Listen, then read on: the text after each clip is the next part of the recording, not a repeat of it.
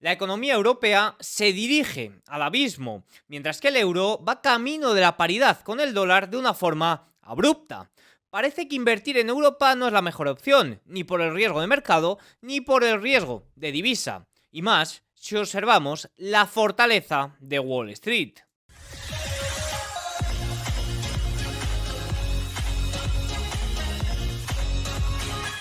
Muy buenas a todos y bienvenidos un día más al canal. Hoy es viernes 22 de noviembre de 2024 y en este momento son las 21:40, hora en España, 15:40 horario en Nueva York. El día de hoy tenemos que hablar de la economía europea. Hasta hace poco decía que no tenía ninguna dirección, que hasta para ir al abismo hace falta una dirección y en Europa no existía, o más concretamente en la región de la eurozona.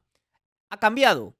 Hoy digo que Europa se dirige hacia el abismo. Hemos conocido el día de hoy los datos de PMI correspondientes al mes de noviembre que han sido bastante malos. Estábamos observando unos datos, sobre todo por el lado de servicios, que bueno, estaban siendo bastante optimistas. Pero el día de hoy todo se cortó. Parece que la victoria de Donald Trump no ha sentado nada bien al sentimiento de la región del euro. Y eso es lo que vamos a comentar en este vídeo. Mientras tanto, en Wall Street, la fortaleza es máxima. El optimismo está por las nubes. Ya no se habla de los 6.000 puntos, sino que se habla incluso de los 7.000 puntos. El rally de final de año ya ha comenzado y en este vídeo vamos a hablar de todos los detalles para operar esto de la forma más adecuada posible. Así que vamos con el vídeo.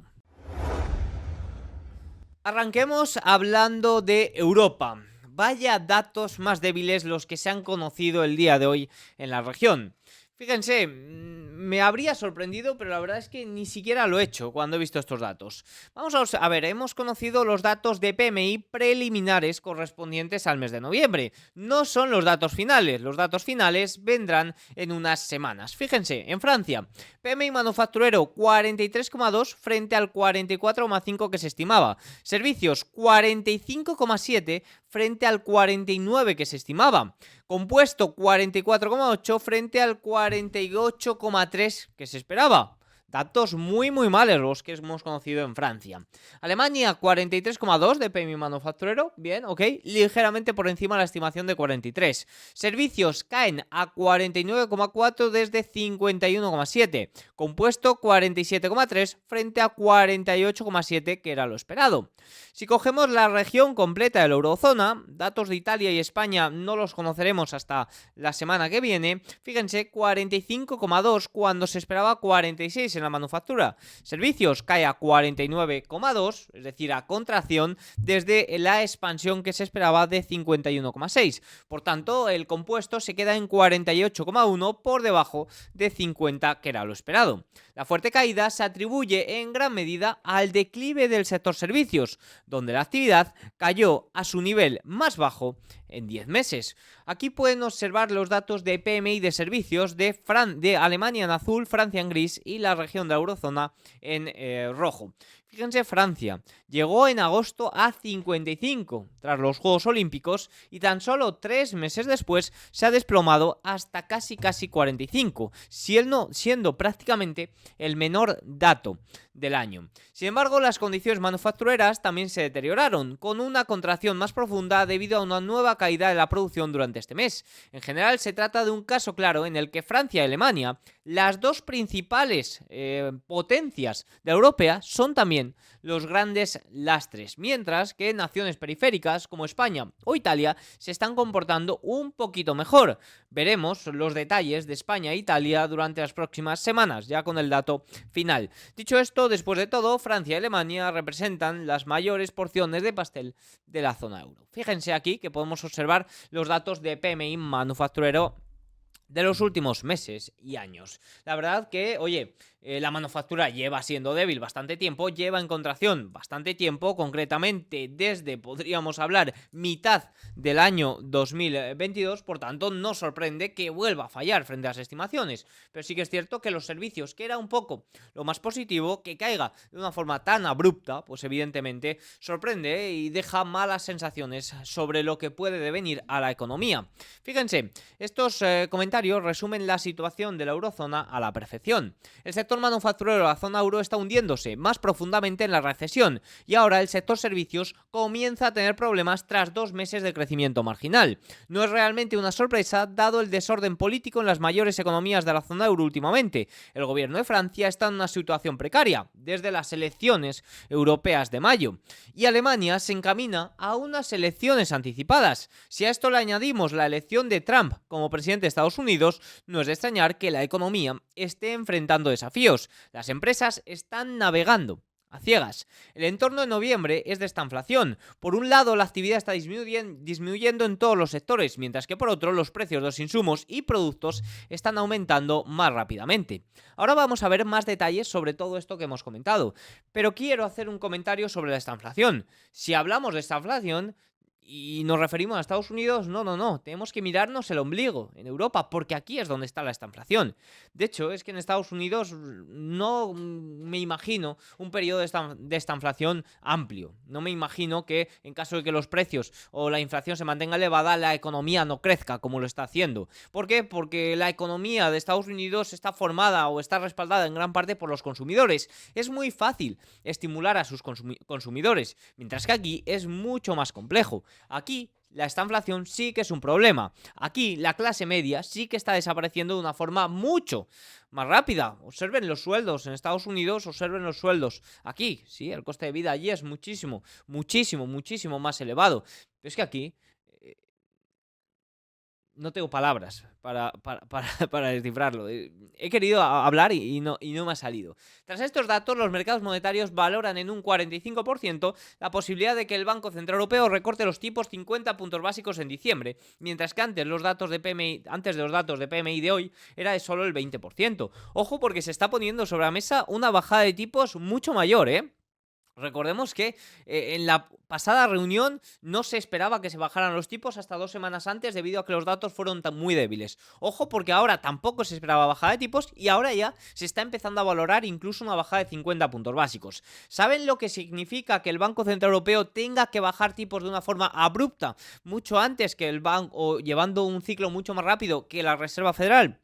Exacto, que se va a importar inflación mucho peor todavía para esa situación de esta inflación en la que nos encontramos. ¿Por qué nos encontramos en esta inflación? Porque la economía de la eurozona lleva sin crecer mucho tiempo. ¿Esto qué ha significado? Pues ha significado que el euro se ha desplomado, literalmente. Por tanto, oye, si trabajas, si inviertes en dólares y no cubres la divisa, enhorabuena. Gran parte de las ganancias que has tenido durante los últimos meses se debe a esto. Si vives en otra divisa, para los que vivís en Estados Unidos o en cualquier otro sitio, hombre, concretamente hablo de Estados Unidos, pues oye, reservar vuestras vacaciones en España, en Ibiza ahora mismo, que son bastante más baratas o que están os podéis aprovechar por esta pérdida de valor del euro. Sinceramente, ante la pregunta, ¿va camino a la paridad? Pues sí.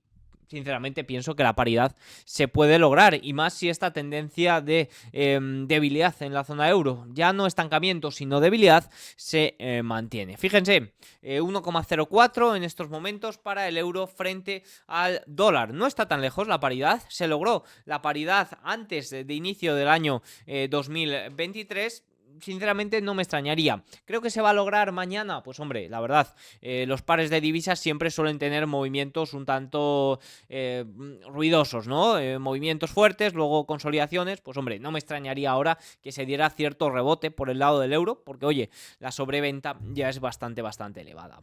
Algunos gráficos que seguramente te harán pensar sobre la situación europea. Les recuerdo que hace cosa de 1 o 2 semanas publiqué un vídeo de 13 gráficos que mostraban la decadencia europea. Si me acuerdo lo dejo por ahí, si no pues lo pueden buscar en mi canal, es de hace poquito. Vamos a observar algunos gráficos que acompañan aún más esa decadencia de la eurozona. Los salarios de eurozona aumentaron un 5,4% interanual en el Q3, el mayor incremento desde la introducción del euro. Los datos pueden complicar los planes de relajación del Banco Central Europeo.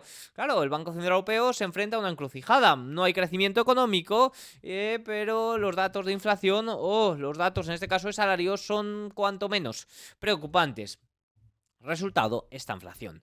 En Alemania, la principal economía de la región, el crecimiento del Producto Interior Bruto se ha reducido a solo un 0,1% intertrimestral en la segunda lectura del Q3 del año 2024, frente al 0,2% que mostró el mes pasado la primera lectura. No me extrañaría nada que la próxima lectura caiga a terreno de contracción. Lo hará. Si lo hace, significaría que Alemania oficialmente está en recesión técnica. Observando los datos de PMI, tanto manufacturero como de servicios, oye, no hay fortaleza por ningún lado. Hubo una muestra de fortaleza de cara a final del trimestre, pero no me extrañaría para nada que fuera negativo. Se habla de oportunidad en Europa porque Europa está retornando mucho menos que el S&P 500. Sinceramente, esto lo he escuchado durante muchos años y no apostaría por Europa. Pero fíjense, varios sectores europeos cotizan a múltiplos PER de un solo dígito medio. Fíjense, por ejemplo, los bancos, la energía y los autos, que están con un PER bastante bajo. Fíjense, por debajo de 8. Ahora, no el conjunto. Fíjense, el Stock 600 tiene un PER de 12. No es un PER por encima de la media, pero tampoco es un PER tremendamente infravalorado. Por tanto, cuando hablamos de que Europa está barato, cuidado, porque quizás no lo está tanto en función de la media de lo que ha estado en los últimos años. Buena suerte pensando que Europa es una oportunidad. Fíjense, el S&P 500 en amarillo, Europa en blanco y China, no te quiero decir nada, en verde. Por tanto, esto de que es una oportunidad Europa lo llevo escuchando muchos años. Fíjense, en comparación con Estados Unidos, el S&P 500, las acciones europeas, el Stock 600, han tenido un rendimiento muy inferior a Estados Unidos desde la crisis financiera mundial de 2008. Aquí es donde se abrió esa gran brecha. También un poco ligado a la revolución tecnológica o la importancia tecnológica desde entonces. No es que el rendimiento del Stock 600 haya sido pésimo. En los últimos años ha tenido un rendimiento del 219%, lo que equivale a una tasa de crecimiento anual compuesta del 6%, pero evidentemente se está comparando contra el rey, contra Estados Unidos. Sinceramente, solo me planteo una hipótesis para pensar un mejor retorno de Europa frente a Estados Unidos, que va un poco ligado a esa hipótesis de los que ha mostrado Goldman las últimas semanas, que es un batacazo de la tecnología y que al tener tanta ponderación en los índices de la tecnología, oye, en caso de que haya un batacazo, pues sí que es cierto que el S&P 500 puede retornar una media bastante más baja de la que ha retornado la última década. Solo me plantearía un batacazo tecnológico y, oye, una recuperación muy fuerte de China, y debido a que gran parte de los ingresos del Stock 600 dependen de China, incluso índices como por ejemplo el del lujo, creo que ahí sí que pueden retornar mejor que Estados Unidos, pero simplemente bajo esta hipotética hipótesis, y sinceramente no apostaría a muy largo plazo para esta hipótesis.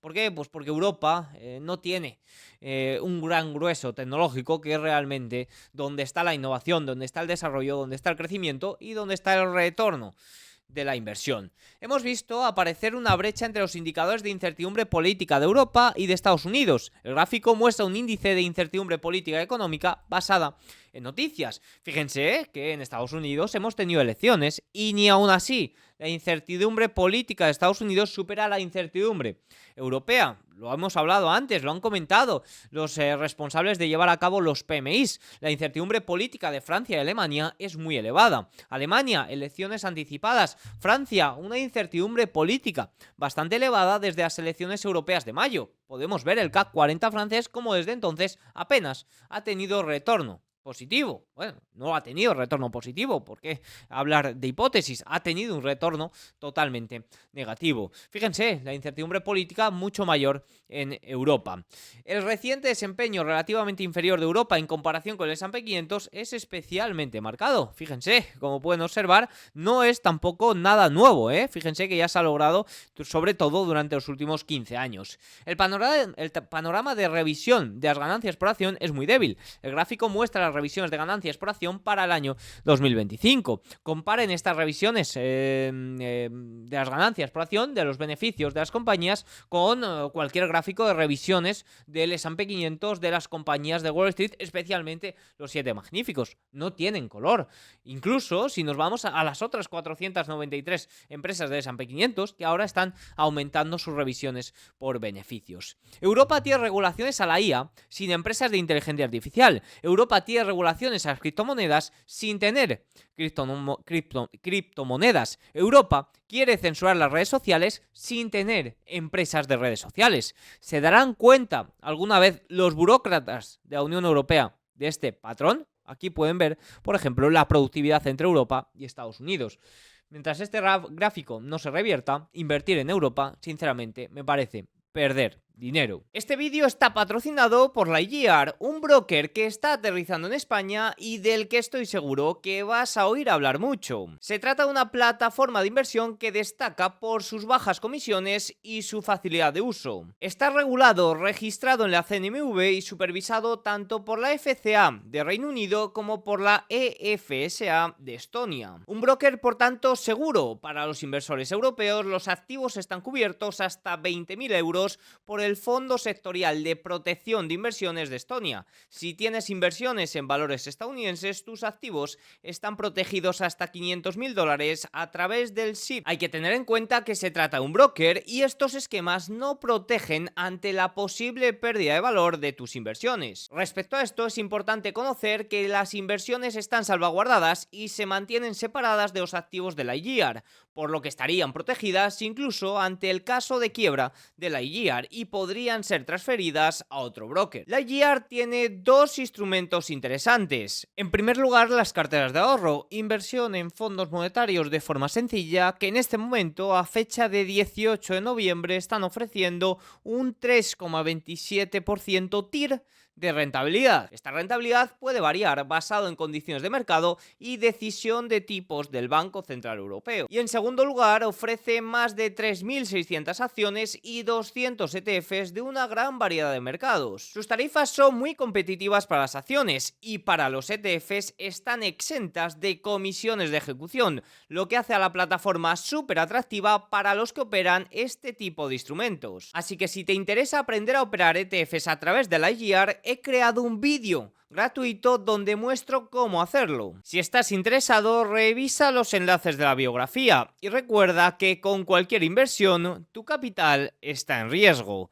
Sigamos con el vídeo. Nos vamos a una vista totalmente distinta de total optimismo por el rally de final de año y por la fortaleza de Wall Street. Fíjense, el principal seguidor de flujos de Goldman, alguien que hemos seguido por aquí en numerosas ocasiones, que falló sobre todo en septiembre con esa mala estacionalidad de la segunda mitad de septiembre, pero que ha dado en el clavo en otras numerosas ocasiones. Nos dice: creo que las acciones estadounidenses repuntarán a partir de la próxima semana y hasta final de año, con el S&P 500 alcanzando los 6.200 puntos. Estamos entrando en el mejor periodo estacional del año para las acciones estadounidenses. Y te preguntarás: Diego, pero el mejor periodo estacional no es la primera quincena de julio. Correcto, ese es el mejor periodo de 2 semanas. Pero en cuanto a periodo más amplio, el rally de Navidad, que comienza oficialmente por estas fechas y dura hasta final de año, es el que mejor comportamiento tiene en un periodo más amplio. Nos dice: ¿no crees que muchos estarán comiendo pavo el jueves, que es festivo, acción de gracia en Estados Unidos, en vez de vender corto el S&P 500? La euforia minorista está acelerándose tanto en acciones como en criptomonedas. Las acciones estadounidenses han registrado uno de los mayores flujos de entrada mensuales de la historia, pero las ventas de grandes valores tecnológicos han frenado el rally por ahora. En las últimas 3 semanas, las acciones estadounidenses han visto entradas por 105.000 millones de dólares. Ahora hablaremos de esto y lo ligaremos especialmente con la rotación. Hemos hablado mucho en este canal de la rotación, de cómo estoy observando mucha mayor fortaleza en Russell 2000, S&P 600, pequeñas y medianas compañías con exposición de ingresos nacionales o domésticos que las grandes, que últimamente no están pasando por su mejor momento. Vamos a ir punto por punto repasando esta fortaleza de Wall Street. Fíjense, las acciones estadounidenses han estado en una fase de consolidación durante toda la semana, algo típico desde 1928. Ojo, suele ser habitual este patrón un poco más suave durante la semana pasada, incluso esta semana. Sin embargo, un punto sorprendente aquí es la sorprendente resiliencia ante los comentarios de riesgo geopolítico. Durante toda la semana hemos observado cómo, Wall Street ha abierto los futuros en negativo, incluso ha arrancado a cotizar en negativo y prácticamente todos los días de la semana ha tenido un cierre muy positivo. Eso se debe sobre todo a mucho comentario geopolítico, pero muestra una gran fortaleza. Fíjense, a qué nivel son los comentarios geopolíticos y cómo se están ignorando. Dice el presidente ruso Putin: continuaremos con las pruebas de misiles balísticos hipersónicos el día de hoy. La prueba del jueves fue exitosa, continuaremos incluso en condiciones de combate. Se ha tomado la decisión de comenzar la producción en serie del nuevo misil. El nuevo arma no puede ser interceptada. Dice el comandante de fuerzas de misiles de Rusia: el nuevo misil puede alcanzar objetivos de toda Europa. Y es que durante esta semana hemos observado cómo la tensión geopolítica se ha incrementado, tanto por parte de Ucrania como por parte de Rusia. Sinceramente, suscribo estos comentarios de Goldman que publicaron el día de ayer. Reaccionar a la escala de conflicto Rusia-Ucrania que lleva tiempo activo no parece buena idea. Es probable que esta escalada reciente sea solo ruido antes de una posible desescalada. Eso sí, incluyendo amenazas nucleares que suelen ser solo advertencias. Sinceramente, podría explicar esta apenas reacción por parte del mercado a este aumento de riesgo geopolítico un poco con esta idea. Sinceramente, pienso que este conflicto bélico está en sus últimos coletazos. ¿Qué ocurre? Que estos últimos coletazos pueden tener grandes amenazas y pueden tener grandes o aumentos de tensión como los que están ocurriendo, pero también van ligados a comentarios un poco de que se acercan a la paz, ¿no? De que, oye, van a negociar una tregua con Trump. Este era uno de los conflictos con el que más rápido quería acabar. Como digo, creo que estamos ante los últimos coletazos, pero no sé cómo serán estos últimos coletazos. Sinceramente espero que sean lo más suaves posibles. La reacción del VIX ante estas noticias, fíjense que estas noticias han sido del día de hoy, ha sido caer. Ha caído por debajo de 16. En este momento, en directo, está cayendo un 8%, cayendo a 15,37. Hay una gran venta del VIX. Esto es muy positivo para los índices y para el rally de final de año. La próxima semana suele marcar el inicio oficial de rally de final de año, incluyendo algunos de los mejores días de trading del año, acercándose hacia la festividad de Acción de Gracias. Esto también es cierto al ampliar la perspectiva para incluir diciembre desde 1928. Muchos inversores cerrarán el fin de semana y volverán a sus terminales de Bloomberg el lunes 2 de diciembre, con 20 días de trading restantes del año 2024. ¿A dónde voy con esto? Pues a que el día 28 es festivo en Wall Street, el día 29 solo abre media sesión, básicamente no habrá nada importante que comentar y ya nos plantamos hasta el lunes 2 de diciembre. Festividad, menos liquidez, oye, vamos a ver qué hay, pero no se espera que haya movimientos muy bruscos, al menos a la baja. Esto también es bastante interesante. El rally suele extenderse hasta principios de enero durante los años electorales, típicamente perdiendo fuerza justo antes del día de la investidura, que es el día 20 de enero. Por tanto, oye, rally de Navidad, incluso rally de inicios de enero. El S&P 500 en estos momentos está siguiendo un patrón muy similar al que observamos en el año 2016 tras la victoria de Donald Trump. Lo hemos visto que lo ha seguido en Bitcoin, que lo ha seguido en oro, que lo ha seguido en dólares y que lo está siguiendo también en el S&P 500. ¿A qué se debe este impulso? ¿A qué se debe este rally de final de año? Vamos a ver algunos números. En las 3 semanas posteriores a las elecciones de Estados Unidos ha habido una ola de entradas masivas en el mercado de acciones estadounidenses. Ojo a estos datos. Esta semana las acciones estadounidenses registraron entradas por 16,41 mil millones de dólares, mientras que todo lo demás tuvo salidas netas por 1,97 mil millones. La semana pasada Estados Unidos registró 55,78 mil millones de dólares de entradas, mientras que se registraron salidas en el resto. Hace 2 semanas las acciones estadounidenses registraron 32,75 mil millones de dólares de entradas, mientras que hubo ventas por 3,33 mil millones en el resto. Hubo entradas por 3,33 mil millones en el resto. Las acciones estadounidenses han visto los mayores flujos de entrada en 3 meses, desde 2021, y potencialmente uno de los mayores flujos de entrada mensuales de la historia hacia acciones de Estados Unidos. Esto lo comentábamos mucho antes de las elecciones y es que el posicionamiento era bajo. En caso de que se tratara como no evento, había grandes probabilidades de que este posicionamiento aumentara. Y lo ha hecho a unos niveles récord. Frente a otros mercados, las acciones estadounidenses han registrado entradas durante 7 semanas consecutivas. Fondos europeos han registrado salidas durante 8. Fondos de mercados emergentes han registrado salidas durante 6 semanas consecutivas. Conclusión, las acciones estadounidenses vieron entradas por 105.000 millones de dólares en las 3 semanas posteriores a las elecciones de Estados Unidos, mientras que se han registrado salidas, por ejemplo, fondos sistemáticos en Europa, como podemos observar. Flujos de entrada de acciones pasivos, fíjense, segundo mejor año registrado impulsado por compras postelectorales. Los flujos de entrada en acciones globales están anualizando entradas por 690.000 millones, lo que representa el segundo mejor año registrado. Los fondos pasivos han registrado entradas de 986.000 millones de dólares en lo que va de año. Los fondos activos han registrado salidas de 363.000 millones de dólares en lo que va de año. Fondos de Estados Unidos y globales representan el 66%, han captado el 83% de las entradas. ¿Qué quiero decir con esto? Que se está observando un cambio de patrón bastante considerable durante los últimos 15 años, pero mucho más vistoso en los últimos 5, me atrevería a decir, que es los indexados, el favoritismo por parte de los minoristas para los indexados en vez de para los fondos pasivos, para los fondos activos de gestión activa.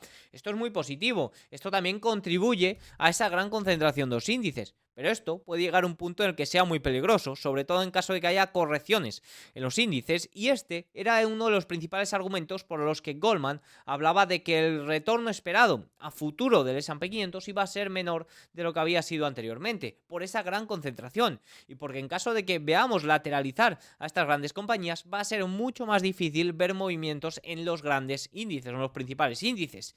De ahí que hablemos también de esa gran rotación y de que, oye, ponderar un poco más el equiponderado, por ejemplo, en caso de querer invertir en el S&P 500, puede ser muy útil y puede sumar un plus de rentabilidad y un plus de seguridad a tu inversión. Fíjense, rotación de las grandes a las pequeñas. Este es un tema muy interesante, muy importante de considerar a la hora de construcción de índices. La posición de Goldman Sachs en las acciones de los 7 magníficos está en nuevos mínimos del año. Los fondos de cobertura han salido de este grupo para enfocarse en otras jugadas relacionadas con IA y los beneficiarios de la victoria de Donald Trump. Vender los 7 magníficos es crucial para la construcción del índice, ya que estas compañías representan más del 30% del S&P 500. Fíjense, el día de hoy ha sido el cuarto día consecutivo de mayor fortaleza por parte del Russell 2000 Growth frente al Nasdaq 100. Aquí es donde estoy viendo una interesante oportunidad. Llevo viéndola desde prácticamente abril-mayo del año 2024. Eso sí,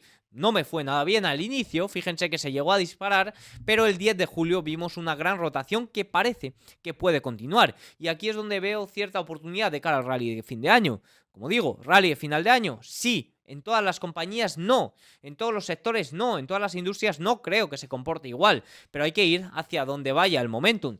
Fíjense la exposición, hablábamos de esa diferenciación entre semiconductores y software. Estoy viendo mucho momento en el software, está teniendo un mejor comportamiento en las últimas semanas y está mucho más bajo en cuanto a posicionamiento que los semiconductores. En caso de que tire, podríamos ver un gran tirón por el lado del software más relacionado con la IA, más relacionado con ingresos domésticos, beneficiado por la victoria de Donald Trump. El calendario de liquidez de 2024 establece un estándar bastante alto para ser bajista. Estoy observando de cerca cómo la liquidez disminuye durante estos periodos. Evidentemente está siendo un año espectacularmente fuerte. Nos dice, apuesto a que la próxima semana se convertirá en una gran semana de acciones. Hay que tener en cuenta, festivo el día 28, día 29 media apertura y luego ya nos plantamos con los festivos de Navidad. Un punto también importante a tener en cuenta de cara a este rally de final de año es esas grandes entradas por el lado de las recompras. Fíjense, se estima una demanda diaria durante los meses de noviembre de 6 billions. De 6.000 millones de dólares debido a las compras o a la eliminación de acciones que hacen las propias corporaciones, las propias compañías. Este es uno de los puntos más importantes. Este es el punto que más dinero añade al mercado. Y luego, el efecto enero. Enero es habitualmente el mes de mayores entradas de capital, al igual que ocurre por parte de la gestión pasiva. Al igual que ocurre en julio, ese inicio de julio que se dan grandes rebalanceos semestrales, también ocurre en el mes de enero. Es el otro gran rebalanceo, el rebalanceo anual, rebalanceo semestral. Por tanto, aquí puede haber una interesante opción de cara a esas primeras semanas de enero y esa fortaleza que comentábamos. Así que dicho esto, vamos a irnos a algún comentario de cierre de sesión.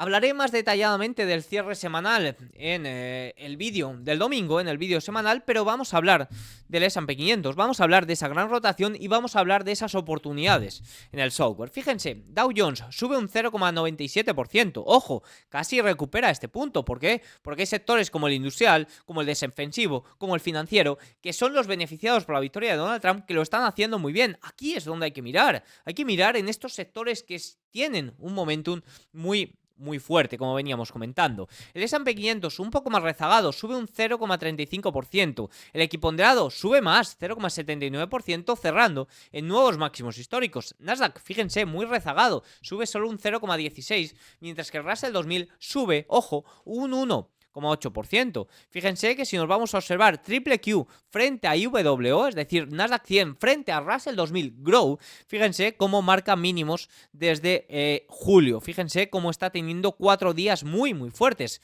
Se está beneficiando mucho todo este software, todas estas compañías de gran crecimiento que repasamos en los directos de los lunes. Fíjense que si nos vamos a mi cartera, vemos como Sound, que la hemos comentado por aquí estos días, sube hoy un 18%. Net, que subía ayer un 8%, se mantiene. Sea Limited también se mantiene, también gana un 10-12% en la semana. Onon también gana un 3% el día de hoy, también gana más de un 10%. En cambio, fíjense como los 7 magníficos, Microsoft en este caso, siguen un poco más rezagada, ¿no? Ya que esos beneficios por acción están bastante frenados y esto puede ser el gran lastre de los 7 magníficos de cara a futuro. Fíjense que si nos vamos a ver a los 7 magníficos, el día de hoy negativo, menos 0,12%. Fíjense Nvidia, que cae un 3,27%. Y te preguntarás, ¿qué le está ocurriendo a Nvidia? Bueno, pues tengo por aquí cierta información.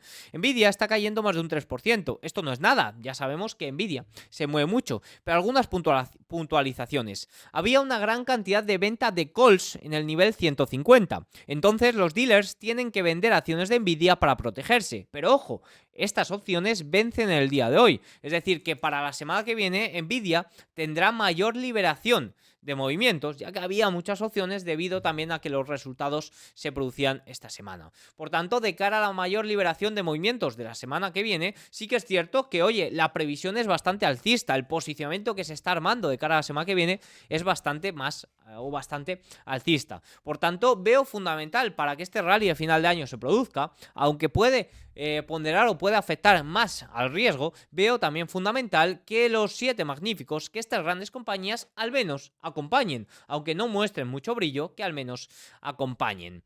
Hablaremos más en detalle de todo el cierre semanal durante el fin de semana, pero sobre todo, fíjense cómo el VIX se ha desplomado por debajo de 16, fíjense cómo los bonos siguen más bien en rango lateral. Hablaré el domingo un poco más específicamente de los bonos, de la liquidez y también hablaremos de China, que no termina de levantar cabeza. Fíjense que el día de hoy, si nos vamos a ver, China caía ampliamente. Fíjense el Hansen otro 2% y principales ETFs de China, fíjense que marcan mínimos y que hacen desaparecer prácticamente todo este rally de final de año. No quiero hacer el vídeo de hoy más largo, como digo, el domingo hablaré más en detalle de estos puntos. Espero que les haya gustado el vídeo. Si es así, hacedme un like, un comentario y nos vemos el domingo. Chao.